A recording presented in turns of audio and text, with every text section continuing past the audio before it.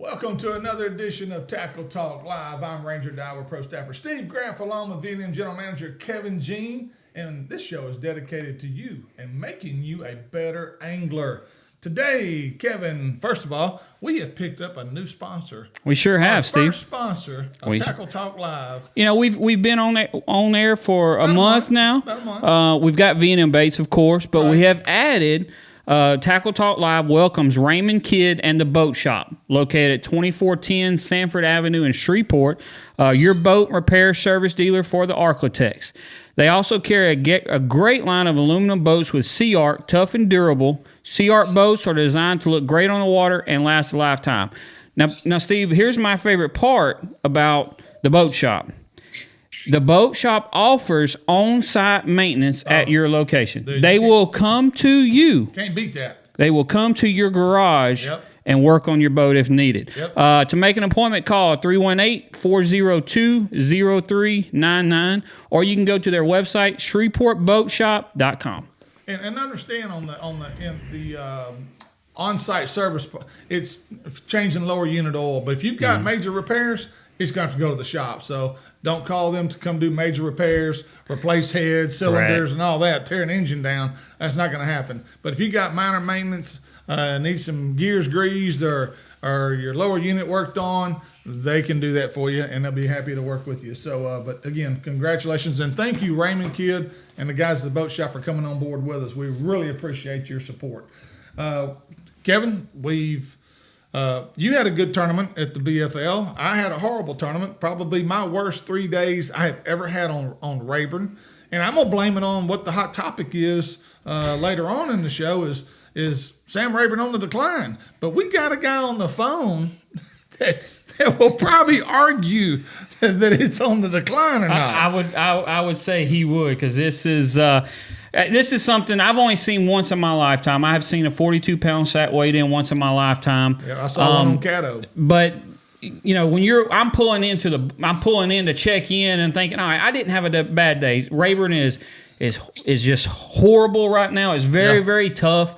I'm rolling in with 13 and a half pounds going, all right, I didn't have a bad day. I'm gonna get a check, have a decent one. Yeah. And I hear, Steve, as I'm pulling in, I hear 40 pounds, and I just about lost it. Yeah, I'm telling you. 5 fish that weighed 40 pounds. And tell them who caught that. Mr. Anthony Sharp from Village Mills, Texas, weighed in 40 pounds, 6 ounces. And we got Anthony on the line? Yeah, he's right here. Anthony, how's it going, man? Man, I am blessed. How about you guys? Well, we're doing good, but I don't think it's doing as well as you are. Yeah, I asked Anthony before we came on the air, has he found a place to spend all that money? And, of course, he's as we all fishermen understand, Anthony, you know, when you win one, you really just kind of trying to make up ground on all the money you spent in the years before, right? That is exactly right, man. It's a labor of love for sure. A costly one at that. Exactly. Anthony, let's dive into this. Before we get into the tournament, I want to talk about practice, pre-practice. Did you find these fish? Did you know what you had found? Kind of talk to us a little bit about that. Well, just to give a little brief history, the last couple months, Rayburn's been fishing pretty tough. I mean, I've been good for 11 to 13 pounds, somewhere in that neck of the woods. You know, and honestly, with not very many bites. Normally, this time of year, we're catching a lot of fish, even if it's a bunch of swimmers, you know. But I spent a lot of time idling offshore, man. And like I told the tournament director, Mr. Brad, the other day, you know, time behind the console was everything, and it finally paid off. So I've been, just to kind of give you a little of what's been going on in my brain the last couple of months, I thought because we had pretty consistent water temperatures, you know, fluctuating 2-3 degrees up and down, mainly with the average being in the mid-50s, that the fish had probably went ahead and made some kind of a move inside of these bays, probably back in November or December. December, I was thinking most especially. So I've been looking for staging fish on offshore areas that were inside the bays, just, you know, within a pretty much a stone's throw of spawning type areas, knowing that they weren't ready to spawn just yet. But anyhow, long story short, last weekend, I was actually, of course, I was in a club tournament last weekend, and, you know, I had a little old limit, and I had an area, you know, in about 12 foot of water that I'd caught a couple 3-pounders the weekend before and lost a really big fish on a big crankbait, just fishing some deeper drains. And I went back and spent like 3 hours in that area that morning, or 2.5 hours, something like that. And I had just a couple swimmers. Anyways, I run to another drain that I haven't fished this year that has produced some fish for me. And I was going over there and throw a crankbait. Well, I stopped really early and idled over an area that's right directly adjacent to that drain. And I seen a group of fish in about 20 foot of water sitting on top of a flat spot on basically a main lake point that kind of turns inside the bay and not so much out into the main lake. But it is the very first point against the main lake. So how deep of water, Anthony? The fish were in 20 foot. 20 foot of water.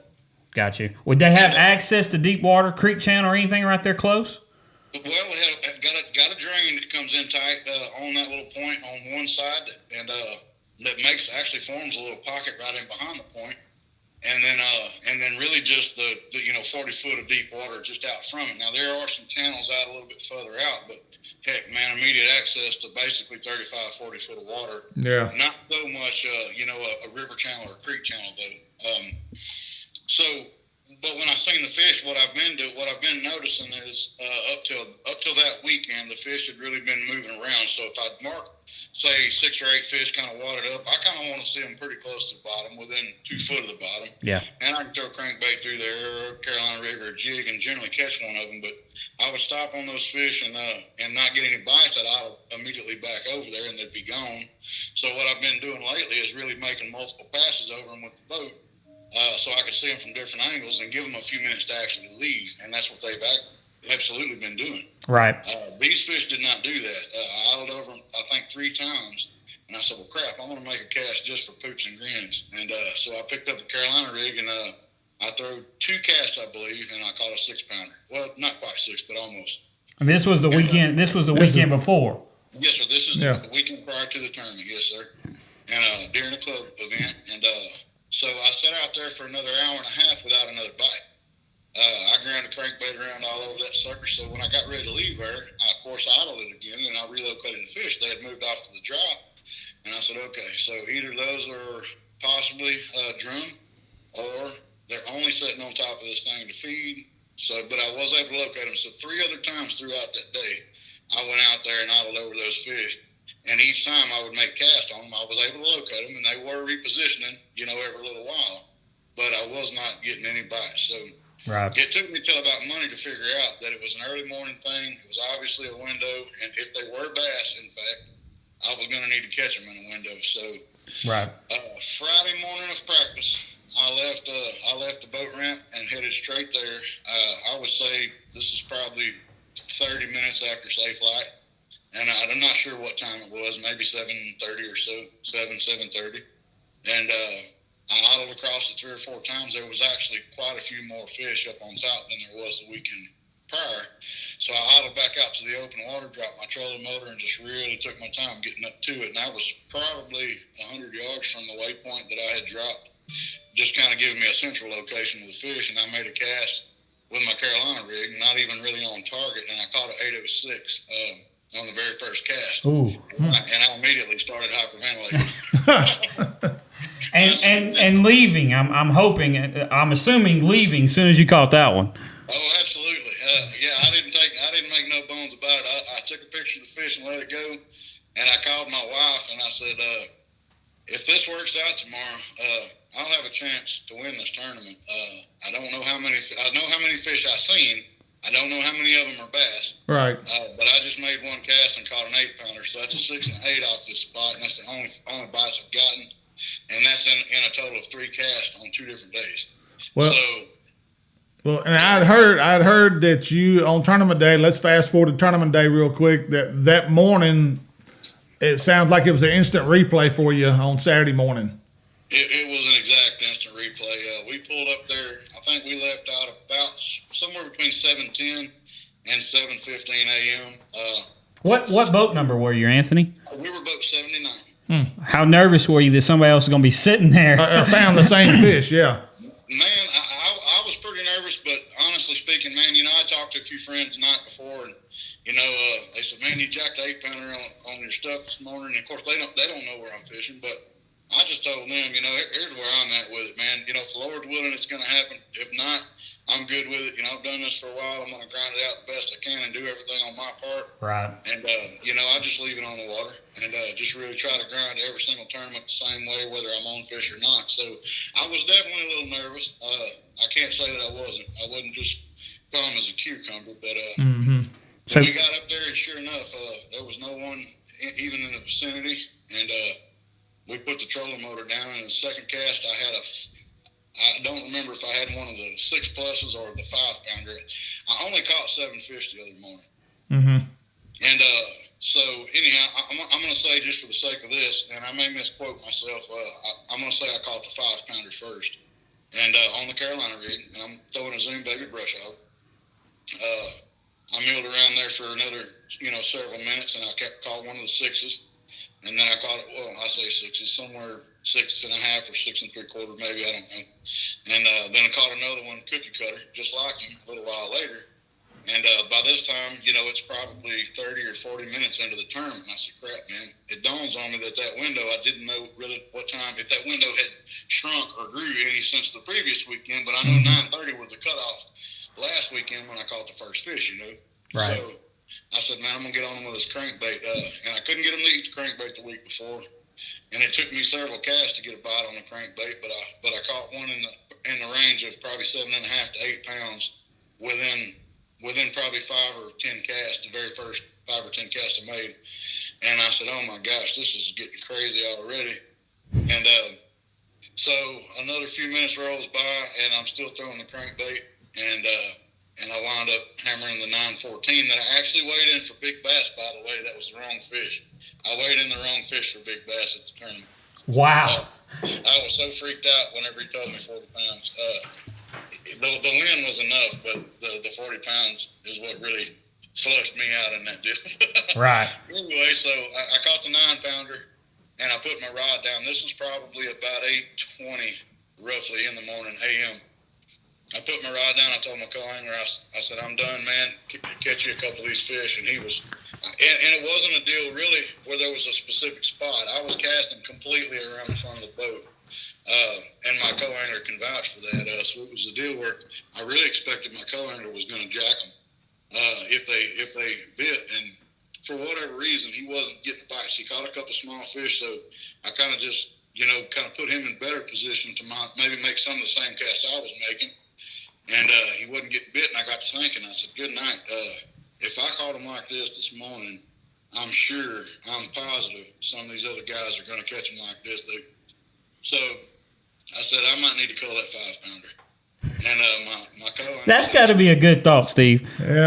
I've never had don't that happen often. I've never had the biggest sack I've ever weighed in a tournament is 29 pounds, and I never have been in that situation where I need to call a 5-pounder. Yeah. oh my gosh, man! Here was my deal, man. I've got other tournaments on this lake, and it was kind of a fish management thing going through my brain. But honestly, this is my first win. Period. Right. I've had some close finishes and made lots of checks over the years, and I don't get to commit often to fishing full series. Matter of fact, this was my first BFL this season. I missed the first one. Our work kind of dictates what I can and can't fish. So, speaking career-wise, this was my first win. So, anyways, but I'm still trying to thank fish management. This is a staging type deal. It's a feeding staging type deal. So there's 2 things that's kind of lining up there. But I've got other tournaments. So how much do I need to catch here, and just kind of play defense the rest of the day? Well, what did you call up that 5-pounder with? Well, I stood there probably between 10 and 15 minutes, and I said, all right, I'm going to make a few more casts and see if I can call the 5-pounder. And I think the fish was about 11 pounds. Wow. I caught my biggest fish. The very last fish I caught was the biggest fish. And it's funny because the progression went from small to big for the limit. I pulled the big fish in the boat, and I told my partner, he's high-fiving me, and I said, man, that fish is over 10. He said, bro, that fish is over 11. Yeah. And, So your biggest fish was around 11 pounds, because I know FLW had you at 9 pounds. Yes, I was, like I said, I was so freaked out. I'm fumbling through this bag of fish. I've never seen a bag of fish that big in my own hands for sure. I got a question. Did you have to take your divider out of your live well? Well, so I'm running a Triton 21 TRX Elite, a 2019 model that actually has two separate live wells. So now's probably a good time for me to insert that. So I had to when I put the 9-pounder in the live well, I told my co-owner, I said, I don't have room in these live wells, man. These fish aren't gonna. I don't even have room for water almost. So I'm like, what the crap? He said, hey man, Mr. Newberry one time, had 37 pounds or something like that, and I heard he had to call and get, he needed to call the tournament director and ask for permission to use the co-angler live well. I said, great, thank you. So I got on the phone with Mr. Brad immediately, and I told him, I said, Mr. Brad, I've got a really big sack of fish, and I don't have room in one live well for them. And he's like, crickets for just a second. Yeah. He said, so what do you want me to do, man? I said, can I use my co-angler's live well to move 2 of these fish into? And he said, man, absolutely. Just make sure that your culling tags are marked where you know which fish are yours and which fish are his. And do you need anything else? I said, no, sir, I'm good, thank you. And so I moved 2 fish over. Then I jumped back up, and that's when I decided, let me go ahead and see. Let me just make a few more casts right quick, see if I can cull this 5-pounder, and I'll be done. Because at that point, I'd only caught 6 fish. The little throwback 12-incher somewhere along the way, I don't even remember where that one happened in the mix. But You don't remember that, Shiner? yeah, I made 3 casts. And on the 3rd cast, I caught the biggest fish that I had and culled the 5-pounder. Wow. And I'll be honest, man. I was hyperventilating for about the next hour and a half, and I was wanting to throw up and everything else. And not even because I felt like I could win the tournament, but I didn't know what kind of weight I had. And when I was sitting up there just kind of guessing at them, I was thinking around 40 pounds, which is unreal. And I'm like, I'm overestimating this thing just in the heat of the moment. I've probably got 34, 35 pounds. So anyhow, that's kind of the way it went the rest of the day. I put my rods down and just kind of positioned my co-angler. We sat out there till 11 o'clock, and those fish had shut completely off on him. So I guess I played it at the right time, picking up the rod when I did. Right. To catch the big, my big fish, and he literally, man, I gave him my crankbait rod with my crankbait on it, and and whatnot, and he throwed till his heart was content. And I said, man, I'm feeling like crap, brother. He said, don't you worry about that. I was part of something special this morning. You'll see this evening. Yeah, absolutely. He was the greatest co-angler I've ever dropped, by the way, man. Man, that's awesome. Well, Anthony, man, congratulations. We appreciate you sharing your story and exactly how all that went down. That sounds like that's one of those once-in-a-lifetime trips right there. You may never duplicate that again. That's a day we all dream of. Yeah, right every there. angler that fishes tournaments dreams of that day right there. And, man, Absolutely. Congratulations. And we will definitely be checking you out on down the road. And good luck the rest of the year, man. Hey, thank you guys so much. Appreciate y'all having me. Thanks, Anthony. All right. Thank you. Anthony Sharp, the winner of the BFL #2 on Sam Rayburn. And, again, you heard the story. Basically, and I've heard this from so many guys in the past, and it's even worked for me, the 3 or 4 that I've ever won in my life, in any event, in any circuit, they always were on an area or a spot. I've never been able that guy to hit 10 spots and catch, Well, it's a such limit a of fish timing to win thing. a tournament. It's such a timing thing too, Steve. Just like he said, he had perfect timing that day. What if he wouldn't have started there? He came back. Like he said, he set his co-angler there the co-angler never caught a fish. Right. If he would have been an hour late, he never would have caught those fish. It's such a timing deal. It really is. And I noticed that the tournament before, for me, it was an early morning deal, and I had 14 and a half pounds that day, but I caught them off one spot in about 35 minutes. Yeah. And my co-angler had his limit, and he finished second in that event, and they were all caught in that 35-minute window early that morning. And I don't know if it's just becoming a Rayburn thing or if it's just I'm big on the isolunar chart. Right. I think it's important. Now, do I follow it religiously? I just try to be in the good areas that I have when the prime fishing time is supposed to be occurring. Right. That's how I utilize it. That's how a lot of the pros use it. And doesn't necessarily mean you're going to catch a big bag of fish or catch all the fish in that one spot. But during that time window is the prime feeding time. Try to be in your best areas when you have that opportunity. Absolutely. And he took advantage of every bit of it. Yes. I didn't realize he had the one that's close to 11. FLW weighed 9 pounds and something. So that's even more impressive to have had, a big one like he had. I don't know what his bottom fish would have been, but it couldn't have been any smaller than a 7-pounder. So, real quick, Randy Deamer finished second with 19 pounds 1 ounce. That's pretty impressive. Second place could have doubled his weight, and he still would have been in second place. Yeah, yeah. Third place, Kyle Dragluski from Lufkin, Texas, 17.8. Fourth place, Mr. Kevin Lazion right here in Dry Prong, Louisiana, 17.4. And rounding out fifth place, Shane Campbell, owner of Tackle Addict over there, had 16.9. Yeah. So real quick, we're going to give Ken Smith, and again, Kevin, give us a quick rundown of Ken Smith. And so, Mr. Ken, our next guest we're going to have on here is in just his FLW career has earned over $40,000 with 2 wins and 15 top 10s.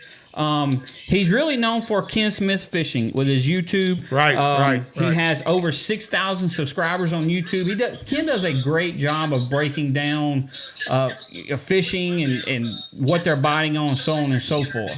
Yeah. We got Ken on the line. Ken, you there? I am. We're getting a little feedback from you there, but hey, man, welcome to Tackle Talk Live. We appreciate you joining us this morning, Ken. I know you're a busy man, but you're also a great fisherman, and we wanted your opinion. I've actually had you on another show, Hooking Up and Tracking Down. We appreciate you when you came on with us there. And, hey, we're looking forward to picking your brain a little bit, Ken, about some of the things that are going on at Rayburn, what it was like for the bass champs at Toledo Bend, and then we're going to talk a little high school bass fishing because I know you've got some good viewpoints on some things that we all feel like need to change with high school fishing. But first off, let's talk about we just had Anthony Sharp on from Sam Rayburn last weekend, the winner of the BFL, 40 pounds of fish, Ken. Now, So did they let him weigh in like 25 fish, or how'd that work exactly? Ken, I'll put it to you like this. We could have went MLF style, and I still wouldn't have caught him that day. Hey, I haven't caught 40 pounds of fish all year up to this point, much less in one day. So That's pretty remarkable, I gotta say. yeah, it really is. And Ken, you again, an angler of your stat, you appreciate somebody that can go out and do that. Now, of course, that's a trip of a lifetime kind of deal. It's maybe a once in a lifetime that you ever do that. I don't know that I wouldn't quit tournament fishing. Yeah, exactly. Be done after that one, huh? Yeah, quit while you're ahead. I agree. Well, let's get your reaction on 40-pound back, because one of the topics we kind of want to hit on, the rumors going around on the Facebook and social media right now is the fact that some people think Rayburn's on the decline because of the low weights it's taken just to get a check. Your thoughts? I don't think decline's the right word. I just don't think there's a lot of big fish shallow.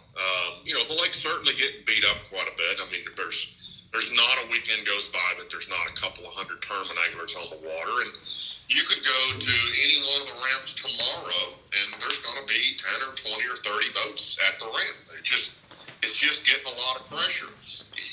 What you see, I mean, even yesterday, you're not seeing guys weighing 20-pound bags with 5 4-pounders. You're seeing 4 2.5-pounders and an 8-pounder. Right. And that's a little bit unusual, but don't be surprised to see that changed. I mean, yesterday in the Outlaw tournament, I predicted they would have 22 stringers over 16 pounds, and they had 23. Yeah. So Yeah. those fish are showing up. Yeah. And water temp plays a big role in that. And I know 2 weeks ago in the ABA, I was fishing water temps 60, 61 degrees. Fish were pulling up. They were roaming around. Females were roaming. But when I went back for the BFL this week, we're talking 53 degrees. And I was like, boy, it had a drastic cool off between those 2 week periods. And so. And the other thing that you're seeing this year on Rayburn, excuse me for interrupting you, is No, go ahead. and I'm making this number up. If there used to be 30,000 acres of hydrilla, there's 3,000 acres. Right. And so there's fractional amount of cover, and really no water in the bushes yet. It's getting there right now. Scouts are starting to catch them in the bushes and starting to catch them in the hay grass. Mm-hmm. But what grass there is, which is historically where you'd catch these big January and February stringers, that's really getting hammered. Yes. Because everybody knows where that is. So it's just odd conditions. It rained some more this week. We get some water in the bushes. you're going to start seeing those big average fish stringers, in the high teens and low 20s start showing up that we've had in years past. Do you think, with high school fishing as popular as it's been, as many big tournaments have been on Rayburn, plus with the stuff that we fish, the BFLs, the FLW series, champs, outlaws, the outlaw events, we have. There's so many people fishing shallow. Those fish have been hammered shallow too. There are some deep guys, but let's face it, majority of the field is still going shallow. Well, I mean, you look at the results. I mean, if the fish are biting deep, Danny Owls and Brian Shook are going to catch them, and they haven't. And Ben Matsuba is going to catch them, and he hasn't. So the deep fish, and don't get me wrong, I mean, certainly some guys are catching them deep, but not like we've seen in years past where it was just dominated by deep guys. It's just the fish are just scattered, and I think what happened here with Anthony, you wander up on the right group of fish, and there's still giants swimming around with Sam Rayburn. Oh, yeah. Yeah. Yeah, when I had, he'd only caught 6 or 7 fish, but, I mean, his average fish was 8-9 pounds. I mean. Yeah. So. Well, and that's the mistake that most of us make. It's really hard for me personally to go out and know that I'm going to get 6 bites in a day. I want to get 30. Right, exactly. Right. Yeah. And unless you're going to commit to go out there and crank a C25 crankbait around or drag a rig around out there in 18, 25 feet of water, knowing you're not going to get a lot of bites, you're probably not going to catch a great big stringer very often. Right. You're right. You're right. Now let's change bodies of water. Let's shift over to Toledo Bend. We all know, being from this region, Toledo Bend is down about 3 feet. It's on the rise. But the fishing there, and I mean, talking to Tommy Martin and some of the experts and the great anglers over there, it has been a super tough body of water to fish. Did you find that to be the case at Bass Champs this past weekend? I was sick. I led that tournament for almost 2.5 hours. Of course, I weighed in at 12:20. But there came a point when I realized that the chance of me falling in the water kept going up because I had not slept and I was so tired. I really think those fish probably bit up in the day, but I was by myself and I struggled. I really did. Even in practice, my bites were up in the day, and the water's cold and the water's a little off color. And once again, Toledo is such a different lake for me when there's no grass in it. It's just not a lake that I'm that familiar with. It really is, especially if you're south of the bridge. It can really be a tough lake. Now, the weekend before this Bass Champs, I fished the Keith's neighbors tournament, the Keith's Toledo Bend tackle tournament over there, Ken, and we had 16.5 pounds, but I know we caught our fish in 30 foot of water. Those fish over there right now, they have nothing to go too shallow. The water's cold. We've had so much rain. Those fish all the bait is out there in 25, 30 foot of water. Did you catch I know you like to do shallow in Toledo. Did you catch yours shallow? I did. Yeah, the bites I was getting were incredibly shallow, actually. Right. 2, 3, 4, 5 feet. And I will say, so what this young man did, the college guy who came over from Bethel, that's one of the most impressive consistent little set of tournament performances I've ever seen. I agree. Him out there dropping on those groups of fish out deep. I mean, that was just crazy. Yeah, that was very impressive. Me and Steve talked about that a couple weeks ago. How what he does at Table Rock this time of year it was perfect the way Toledo Bend had set up, and he's fishing a way none of us are used to fishing. Yeah. Right. Yeah. I mean, how many? When I saw that the universities during the college series that he fished at Northwestern State, Lamar, McNeese, LSU, Shreveport, and LSU, that none of those teams were even in the hunt. They were down in the 200 mark of where they placed. And I thought, how do those local guys that know this body of water finish so far down the line? Here's a kid from Missouri that comes down here and just whacks them. And I thought, I was so impressed with that. Of course, I think he's one of the better up-and-coming young anglers. Well, he's fishing the Classic next month. I mean, he qualified for the Classic. The kid has it going on. There's no ifs, ands, or buts about that. But he also caught lightning in a jar that fished exactly. So if that young man, and I'm nothing against him, had he showed up on a normal January, February trap bite on Toledo Bend, we probably never would have heard of him. No, you're exactly right. You're right. Exactly right. Absolutely. That just says what we all know is fish to your strengths. Yes, exactly. Okay, next thing, and I want to preface this a little bit, especially with our viewers and people that are watching this. First of all, Kevin and I we have interest in high school bass fishing, especially Kevin from a sponsorship side as general manager for V&M Baits. We're not against high school bass fishing, and what we want to try to figure out with Ken and get his input is what can we do to make it better, not just for the high school kids, but make it better for everybody. 600 boat tournaments is really causing problems on Toledo Bend, Sam Rayburn, but any of these major bodies of water hosting these major events. And Steve, going in again, I want to make sure it's from V&M standpoint, from myself. I have sponsored the SETX, the Southeast Texas High School Division, years past, and I will continue to support them.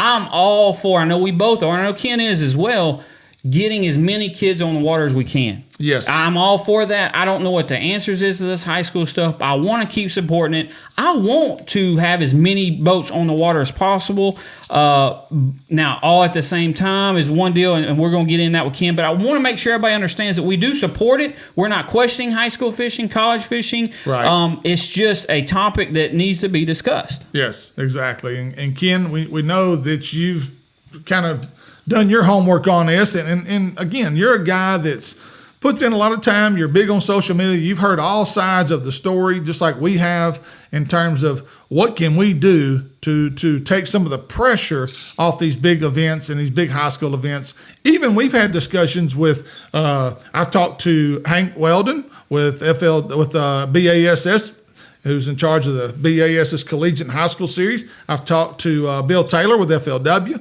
Both of them, and BASS has already taken cap restrictions and made cap restrictions on the college series, and they're also doing it on high school. Is that the answer? They cap them at 250 boats. Is that the answer, Ken, to making it where we can all work together and make these tournaments good for them and good for us? Steve, you know me enough to know anybody who watches my videos, I'm a numbers geek. Just what I enjoy. That's what my business is in normal business hours. So I really had to go to the numbers, and what the numbers tell me is this: the pressure that the high schoolers are putting on the lake is pressure on fishermen. It is not pressure on fish. And what I mean by that is this. So here's some numbers for you. So in the last Southeast Texas tournament, they have 458 teams, which to me sounds crazy. Mm-hmm. But then if you look at the numbers, they weighed 854 fish. So not everybody's catching fish. The first BFL, there were 498 people trying to catch a limit, right? So you had a pro and a co-angler. Mm-hmm. They weighed over almost 1,100 fish. The FLW Tour, over 4 days, weighed 1,400 fish. And the first bass champs weighed almost 1,800 fish. Mm-hmm. So the first bass champs weighed 2 times as many bass. And what we're talking about here is relocation of fish, right? Right. They move them from point A to point B. And you could argue, well, wait a minute, they didn't weigh everything they caught. Well, trust me, the bass champs guys didn't weigh everything they caught either. You're right. No, you're right. So I don't really think these young men and young women are having an impact on the fishery itself. Right. I think the impact is on us. And I'll tell you, the only frustration I have had is, and I'm going to call it etiquette, but that's not the right word. You guys probably both played other sports growing up, right? Yes. So I had a basketball coach in the 5th or 6th grade who had never played basketball. And he had no clue even how to run a layup drill in practice. You've got a lot of boat captains who don't know how to run a layup drill. Yeah. Yep. Now, Yeah. You're right. I'll also say this to you. So I lost my father in 1983. I'd give anything to have got to spend a day fishing a high school tournament with my dad running the boat. Right. So the etiquette thing, I've had them come in front of me, but I mean, I've had it happen in other tournaments many, many times. Oh, yeah. And when they do it in the high school tournaments, it's more like what you see in the big bass tournaments where they just don't know any better. Yeah, exactly. Right. I've had way more guys maliciously cut me off in regular tournaments. Oh, no doubt. Know what they're doing and cut me off. Exactly. Or try to push me off a spot or whatever. Yeah. So I just, it's funny when you asked me to talk about this topic. I didn't have this data at hand, and my initial reaction was, yeah, I think they're probably hurting the fishery. The numbers just tell me that's not the case. Right. Well, and I'm glad you brought that up, Ken. And for me, from the business side of the industry, this just opens up, and I know everybody feels it. It opens up a whole new customer for all of us. Yeah, it's more more people that's coming to the tackle stores, that's getting into fishing. Like you said, this is getting dads out there who don't really have an interest in fishing and getting them interested. So it's creating more opportunities for the industry. It really is. They're buying fishing licenses. They're buying boat gas. They're buying boats. They're buying trollers. It's a I love this word. It's a ginormous ripple effect. It really is, yeah. No doubt. I talked to one of the Southeast Texas guys this morning, and although there's not been an economic impact study done, they feel really confident that they have as big an economic impact as any other tournament circuit when they show up and bring, my wife will sometimes come to a weigh-in. Some of these kids have mom and dad and grandparents. And I mean, oh yeah, they're backed up down 255 at the weigh-ins to come watch these kids weigh in. Well, I brought this up to Hank Weldon at BASS last week, and talking to Hank, I said, Hank, I really think this is something that will kind of cure itself. I said, and I equate a lot to athletics, being a former athlete, collegiate, professionally, and so forth, and the fact that here you've got not everybody can make the basketball team. Not everybody can make the football team. Not everybody's a starter. Not everybody's going to be all district. But some of these kids that aren't having success early are probably getting discouraged. And I think some of these schools with 30 and 40 teams between them will slowly dwindle down to a group that will kind of be a little more manageable, so to speak. I actually had in my boat a boat captain this past week at a BFL. And he is the boat captain for Southeast Texas division, not the deep Southeast Texas kids, but it's a different division. They have actually gone to divisions, and they have been proactive in cutting out the 400 or 500 boat fields by going to 2 divisions. And I'm thinking, well, thank you. I'm glad y'all were proactive, but you're right. It's more about pressure on the fishermen and pressure on boat traffic than it is about the fishery itself. You had some great numbers, and I appreciate you doing that research. That was good stuff. I did film, I have to tell you, one of the funniest clips I filmed in a long time, and I'm not going to post it because I don't want to embarrass anybody, but I had, a week ago, a boat captain cross in front of me on a cove, and the kids were, one was sitting on the front butt seat, one was on the back butt seat, both looking at their phones. Yeah. But at least they're in the boat. At least they're in a boat, not sitting at home. Absolutely. Look, as opposed to sitting a first shooter game, this is what kids should be doing, right? I mean, I spent my days wandering Foose Creek in Little Rock, Arkansas. Yeah. That kept me out of so much trouble. Probably got me in a little bit of trouble too, but it kept me out of so much trouble that I might have got in otherwise. Right. Well, and I cut my teeth on farm ponds in East Texas and Lake Monticello at Mount Pleasant right there. So I can relate to that. And if you've never had a farmer shoot a shotgun over your head fishing a farm pond, you're not trying hard enough. You're exactly right about that. You're right about that, Ken. All right. Well, Ken, real quick, and we appreciate you coming on today, but tell everybody here, some of our viewers that may not know about your YouTube page, how to follow you and this, that, and that, because you do some great videos. Well, thank you. Yeah, so I have a YouTube channel. It's really hard to find. It's Ken Smith Fishing, and I post, initially, this all started because I hit a rock wall at Fort Gibson and tore the bottom out of my Ranger bass boat.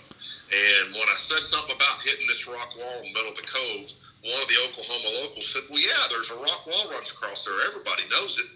And so as I watched people run through the canyons and across the forest at Rayburn, I posted a series of map tip videos on Rayburn, just navigation videos. Yeah. And that was the start of this about 2.5 years ago. And now I post at least twice a week. what's going on at Rayburn, what's going on at Toledo, how to use your electronics. I've brought a bunch of the really skilled local, regional, and professional fishermen on the channel and interviewed them and fished with them. And that's what I do, and it's what I'm really enjoying doing, trying to help grow the sport and make people better at this. I've always been frustrated by the secrecy of fishing, by guys not wanting to share. And I'm also a golfer, and if I'm struggling with my golf swing, my buddies will immediately jump in and say, your head's moving or you're lifting your foot. Right. I wanted to bring that same thing to fishing. Here's how to find and catch these fish. Yeah. And you do a great job with it. Again, I'm addicted to your page. You do a wonderful job. You're so detailed with your explanations and techniques and baits and locations. I do wish you'd put more GPS coordinates out there for me. That would really help me a lot. I'll share all the coordinates I caught them on at Toledo this weekend. Well, I've got that in 2 weeks. I don't know if you'll be there for the BFL or not, but I'll take you. I won't, but my one keeper's not going to help you too much. Okay. I appreciate that, Ken. Hey, man, thank you, buddy. We appreciate you joining us today, and we look forward to having you back on down the road. I look forward to it. Thanks, guys. Thanks, Thank Ken. you. Ken Smith of KenSmithFishing.com, and we appreciate Ken taking the time to join us today here on Tackle Talk Live. And Kevin, that's going to wrap up another show for us. It really does. And man, if you didn't get anything out of that show, it's going to be hard to get something. We gave them everything but GPS coordinates. We really did. We have some great numbers right there from Ken. That stuff I didn't know. Yeah. And that's why we had him on. That was some really good info from Anthony on his mega bag, and some Ken that from what we thought might be the decline on Rayburn, and making sure it's not. It's just all this rain and weather we've had. Everything's in a funk. Toledo's in a funk. Sam Rayburn's in a funk. And let's really put this in perspective. Normally, we don't start fishing till right now. Right. We have started a month earlier than we normally have started in the past. So starting the first week in January, I've never been to Rayburn the first week in January in the last 10, 15 years. Basically you're having to start practice at Christmas. Yeah. And so normally we're first weekend of February with most circuits. Maybe the second weekend kicks off. But, man, we're already 3 tournaments in the books for me. Right. I've got 2 BFLs in the book and an ABA already in the book. And that don't count.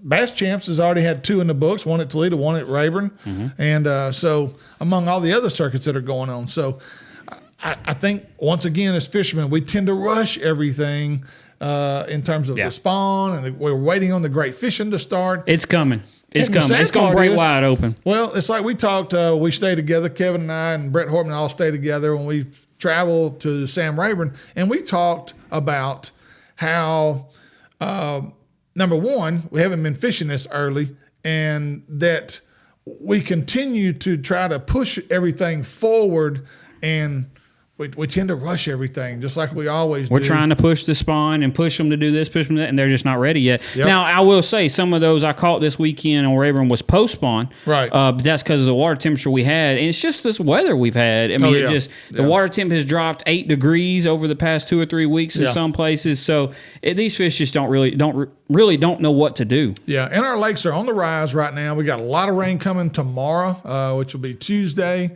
and Wednesday. I think they're calling for 90% chance. They're calling for 5 to 6 inches at Toledo Bend, Sam Rayburn area, and now North Louisiana. Get your flipping sticks out. Yeah, get ready, because I'm thinking in 2 weeks, Kevin, the bushes at Toledo Bend, which is the next BFL, could really be a slugfest in the bushes over at Toledo Bend. Absolutely. Get your J-bugs ready. Yeah, there you go. I've got mine. So that's going to wrap us up for this edition of Tackle Talk Live. We appreciate you watching. Again, check us out on Facebook and make sure to like us, and also subscribe on our YouTube channel. Make sure you click on subscribe. The numbers are climbing with that. We really appreciate all you guys that are committed to us, and we're committed to you. And once again, thank you to Raymond Kidd and the Boat Shop as our first initial sponsor for Tackle Talk Live. We'll check you out next time with more Tackle Talk Live.